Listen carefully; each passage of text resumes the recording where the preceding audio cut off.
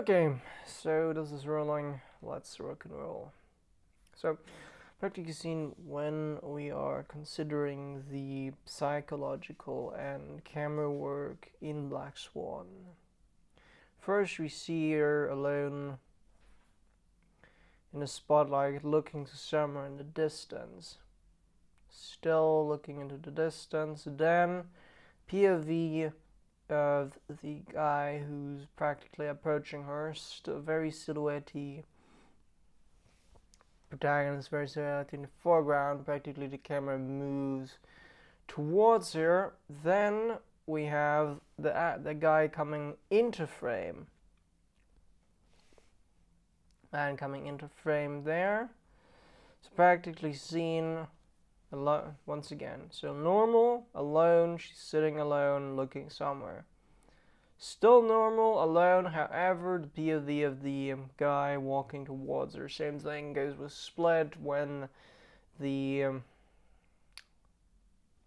actor approaches to that and knocks him out. Then we see the man in the right-hand corner, so practically comes into frame, POV changes into the camera following the man.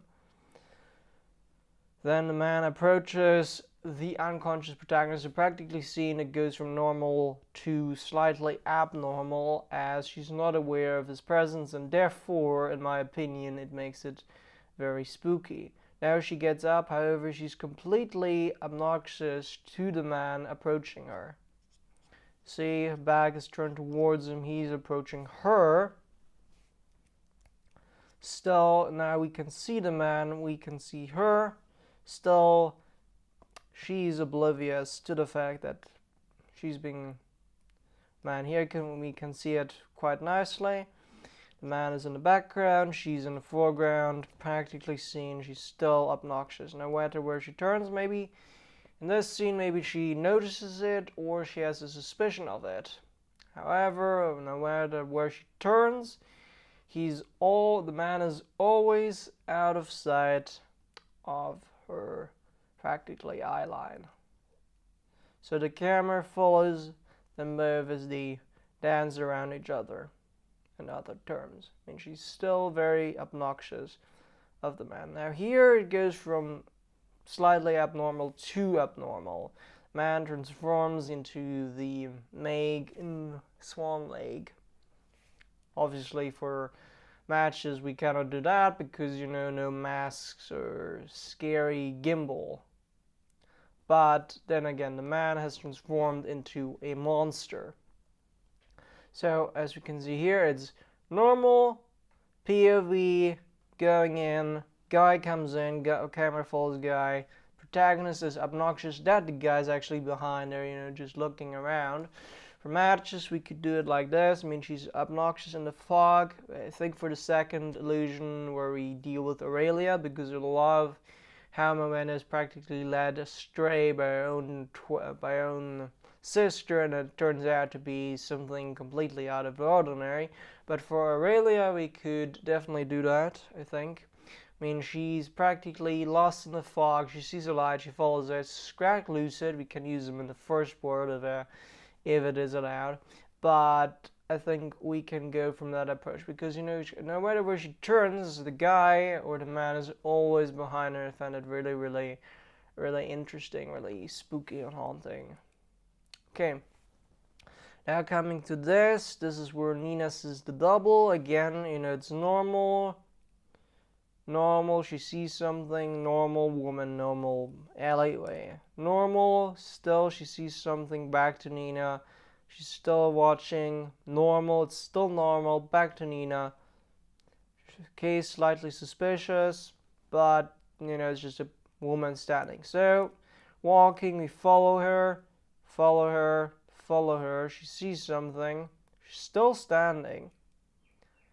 Still following Nina, POV, you see the woman starts walking towards Nina, Nina sees the woman walking towards her, facial expression changes as the woman becomes her double, she looks after her slightly bewildered, and woman turns back into, well, not Nina.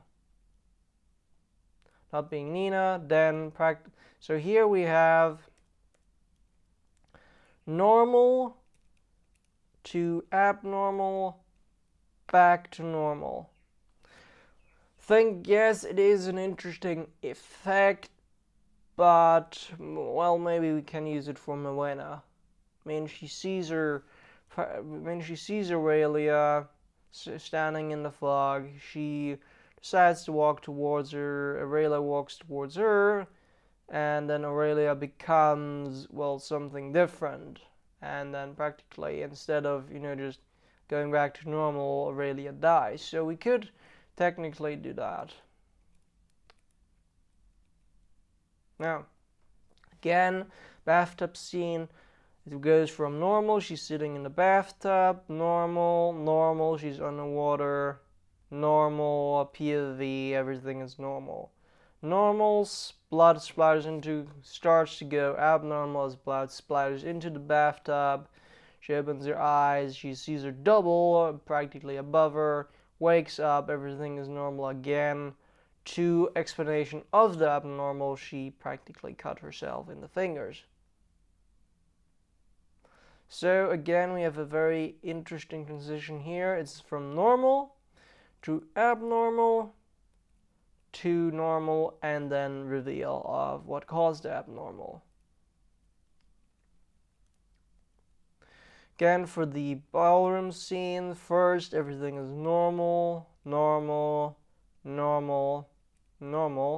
She lifts her hand. Here, she drops her hand. She doesn't. This is where things begin to start slightly being abnormal. Her own reflection doesn't respond, and she responds to it by backing up. As you can see here, then she looks around, and her reflection does something completely, entirely. I mean, here we see it's pretty normal, but the reflection looks a bit more eerie. Then here, a reflection looks completely sinister as the lights go down.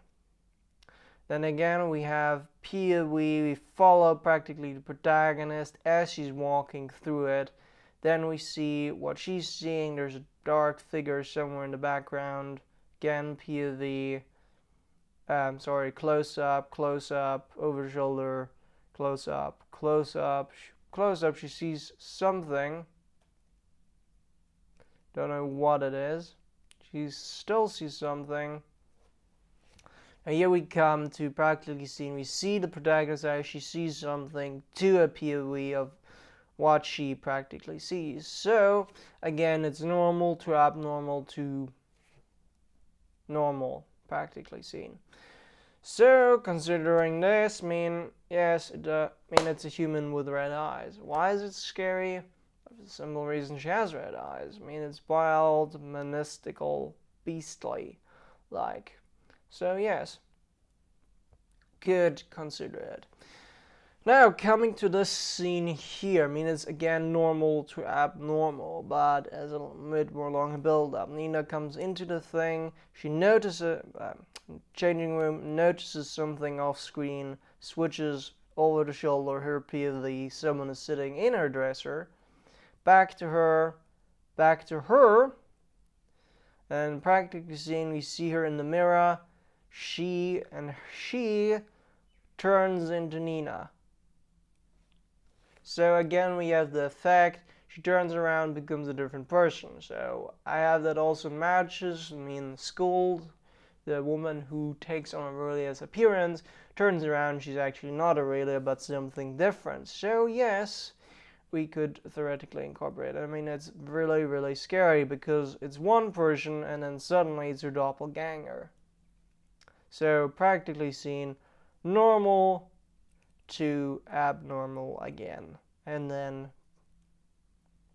climaxes into more and more abnormal as she murders Lily. Then practically seen, she thinks she's murdered Lily, everything is there. But twist, now here, it's practically normal to abnormal. Abnormal continues. Abnormal reaches its climax as she actually discovers Lily is still alive and breathing, goes back to her changing room, switch to a POV. Well, actually not first. She looks first around, then we switch to a POV of what she is seeing. again, back to her. I mean, so practically seeing it is her eyes. It's what she's seeing, her eyes move there, POV of what she's seeing. And practically reveal everything is just happening in a mind. Now here is something interesting. Here she discovers that she mortally wounded herself. Again, very intense close-ups of her eyes. You can see here she's looking, then she's looking down. We don't see what it is yet. She's looking down, realizes she has been practically stabbed, and I think that's also very haunting because we don't see what she is seeing, and therefore our mind practically spins our own version of what she's seeing. So that's an interesting concept to use. I mean, what she's seeing, POV, and then practically change to POV, reveal. So practically seen, it can be almost like a magic trick. I mean, you see the trick, and then it's revealed, and you're just like, okay, this is how it works. So practically, it's the shock, the anticipation, then comes the reveal. As I said, it goes from normal to abnormal. It's practically like that. Something completely normal as a woman turns into something else entirely. Which is where The Shining comes in.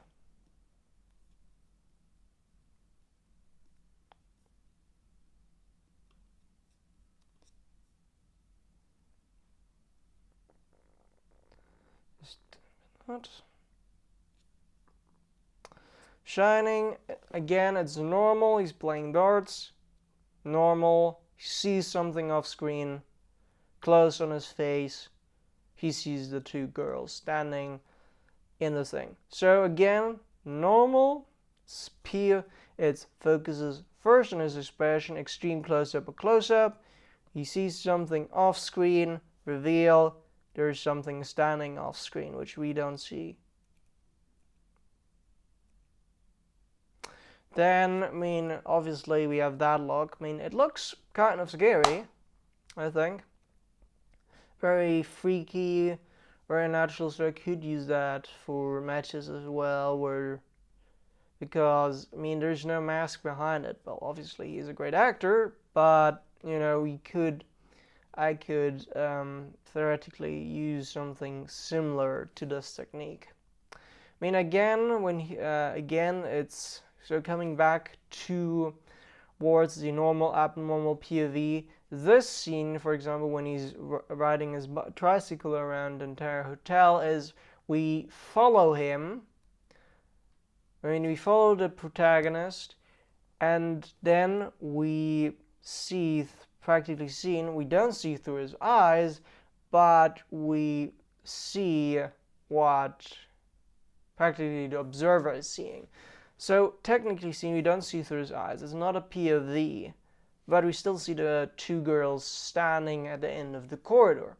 So again, it's normal. He's tricycling around the place.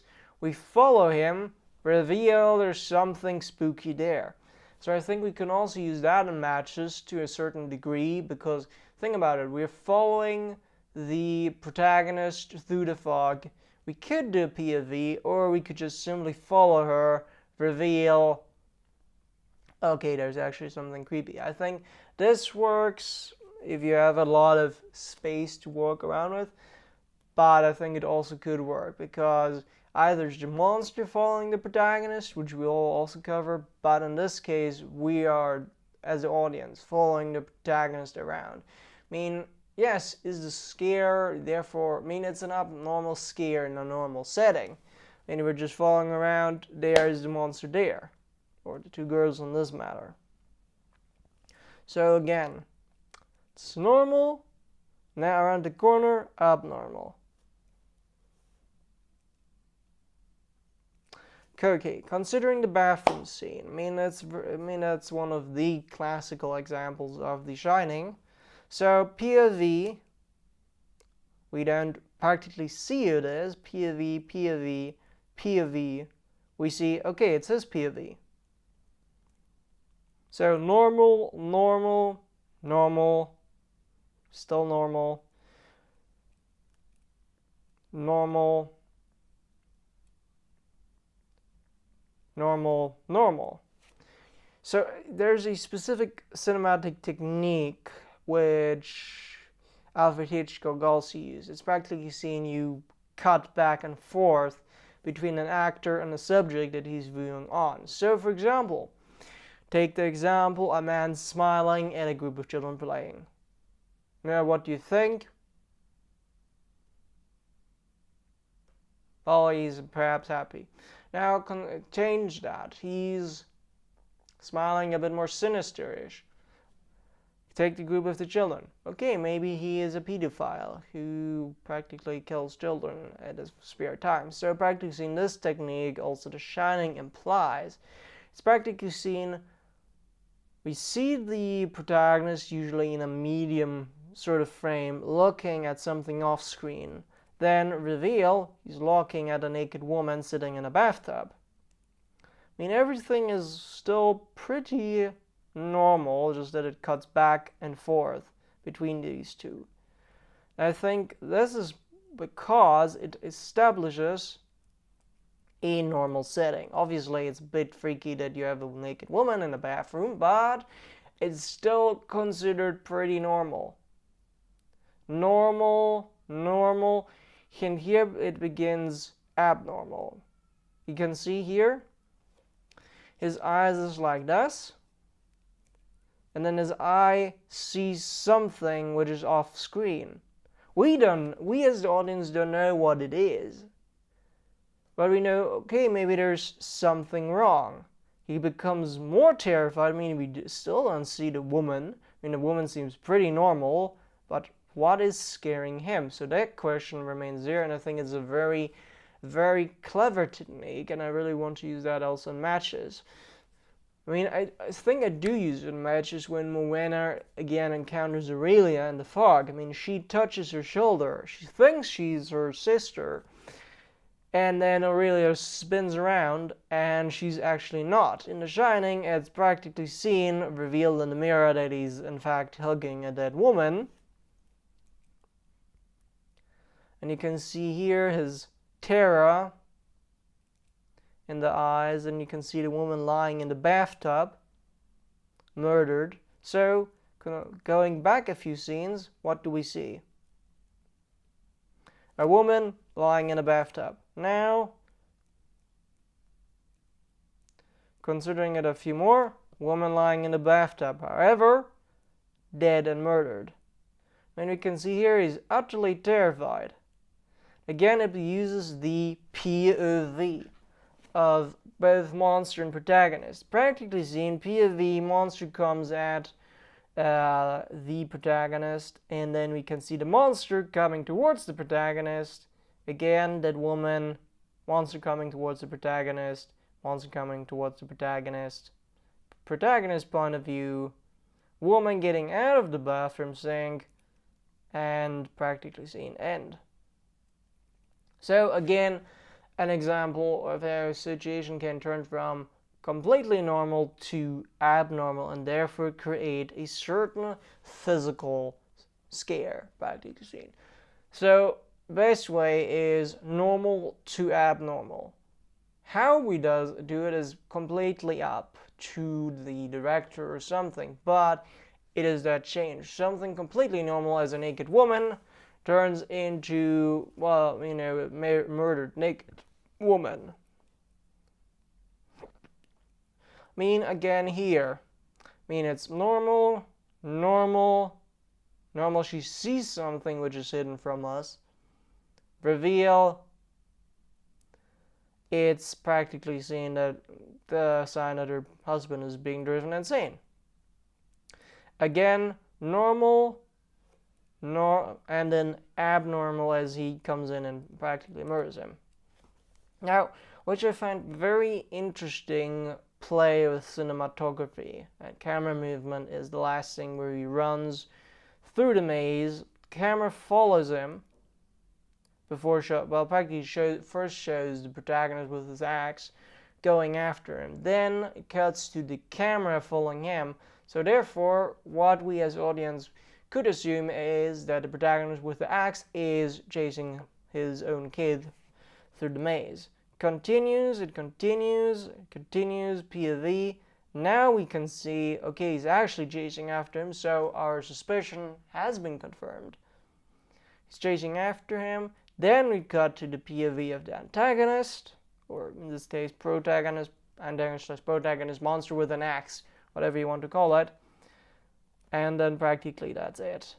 So practically it's, well, it's not really, well, you know, it's pretty normal. I mean, we don't have any change of physical. I mean, we have just a crazy guy with an axe chasing a kid through a labyrinth in the snow. However, what we have is a play of both POVs. So practically seen, we see him with an axe chasing him, then it goes to POV, the camera follows the kid as if we are the murderer chasing the kid with an axe. Reveal of the murder. Sorry. Reveal of the murderer, practically chasing after the kid, so suspicion is confirmed that actually he's chasing after the kid. POV of the one with the axe who follows the tracks. End of story. So, there we are. Okay. And recording, please.